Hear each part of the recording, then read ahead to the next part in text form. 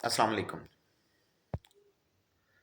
मैं ना जी अक्सर अपने दोस्तां ਨੂੰ ਆਂਦਾ ਹੁੰਦਾ ਹਾਂ ਕਿ ਅਨਕਰੀਬ ਇਹ ਜਿਹੜੇ ਲੋਕ ਸੋਲਰ ਸਿਸਟਮ ਲਗਵਾ ਰਹੇ ਨੇ ਨਾ ਜੀ, ਇਹਨਾਂ ਤੇ ਹਕੂਮਤ ਨੇ ਟੈਕਸ ਲਾ ਦੇਣਾ।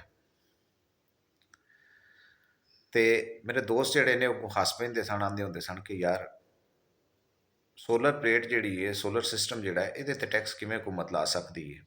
ਅਸੀਂ ਹਕੂਮਤ ਕੋਲੋਂ ਕੀ ਲੈਂਦੇ ਹਾਂ? ਸੋਲਰ ਪਲੇਟਾਂ ਅਸੀਂ ਖੁਦ ਖਰੀਦਨੇ ਆ, ਉਹਨਾਂ 'ਚ ਅਸੀਂ ਟੈਕਸ ਵੀ ਅਦਾ ਕਰਨੇ ਆ।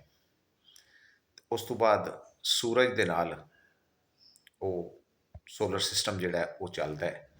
ਇਹਦੇ 'ਚ ਹਕੂਮਤ ਦਾ ਕੀ ਅਮਲ ਦਖਲ ਹੈ? ਹਕੂਮਤ ਸੋਲਰ 'ਤੇ ਕਿਸ ਤਰ੍ਹਾਂ ਟੈਕਸ ਲਗਾ ਸਕਦੀ ਹੈ?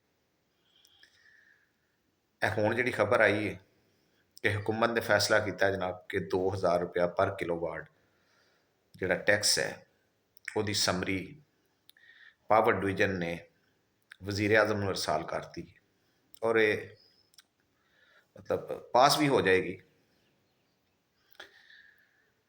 ਗੱਲ ਇਹ ਵੇ ਕਿ ਜਿਹੜੀਆਂ ਕੌਮਾਂ ਆਪਣੇ ਹੱਕ ਲਈ ਉੱਠਦੀਆਂ ਨੇ ਨਾ ਜੀ, ਜ਼ੁਲਮ ਬਰਦਾਸ਼ਤ ਕਰਨ ਦੀਆਂ ਆਦੀ ਹੋ ਜਾਂਦੀਆਂ ਨੇ, ਉਹਨਾਂ ਨਾਲ ਇਸ ਤਰ੍ਹਾਂ ਹੀ ਹੁੰਦਾ ਔਰ ਇਹ ਐਂਡ ਨਹੀਂ।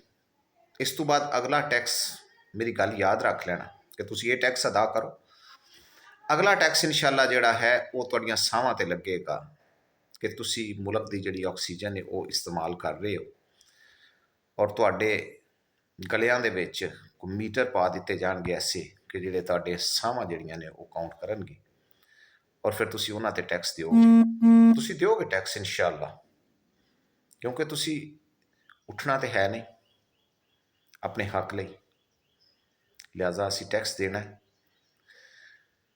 ਸਾਹ ਰੋਕਣ ਦੀ ਪ੍ਰੈਕਟਿਸ ਜਿਹੜੀ ਹੈ ਉਹ ਸ਼ੁਰੂ ਕਰ ਦਿਓ ਹੁਣ ਤੋਂ ਹੀ, ਬਿਹਤਰ ਹੈ, ਕਿਉਂਕਿ ਆਉਣ ਵਾਲੇ ਟਾਈਮ ਦੇ ਵਿੱਚ ਅਗਰ ਟੈਕਸ ਬਚਾਉਣਾ ਹੈ, ਘੱਟ ਟੈਕਸ ਜਿਹੜਾ ਹੈ ਉਹ ਅਦਾ ਕਰਨਾ ਹੈ, ਤੇ ਫਿਰ 24 ਘੰਟਿਆਂ 'ਚ ਜਿੰਨੇ ਘੱਟ ਸਾਹ ਜਿਹੜੇ ਨੇ ਉਹ ਤੁਸੀਂ ਲਵੋਗੇ ਉਨਾ ਟੈਕਸ ਥੋੜ੍ਹਾ ਆਏਗਾ।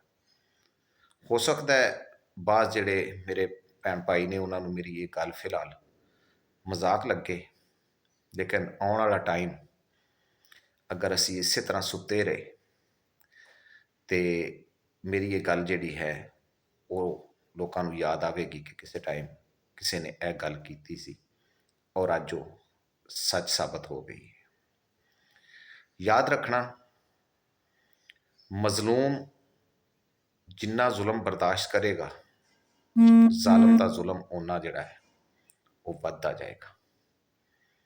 ਔਰ ਇਮਾਮ ਆਲੀ ਮਕਾਮ हज़रत इमाम हुसैन का कौल है कि जुल्म और जबर के खिलाफ जिन्नी देर नाल उठोगे कुर्बानी तुहानू उन्नी वड्डी देनी पेगी। यह टैक्स अदा करो, अगले टैक्स की तैयारी करो। मैनू इजाज़त दिओ। अल्लाह हाफिज़।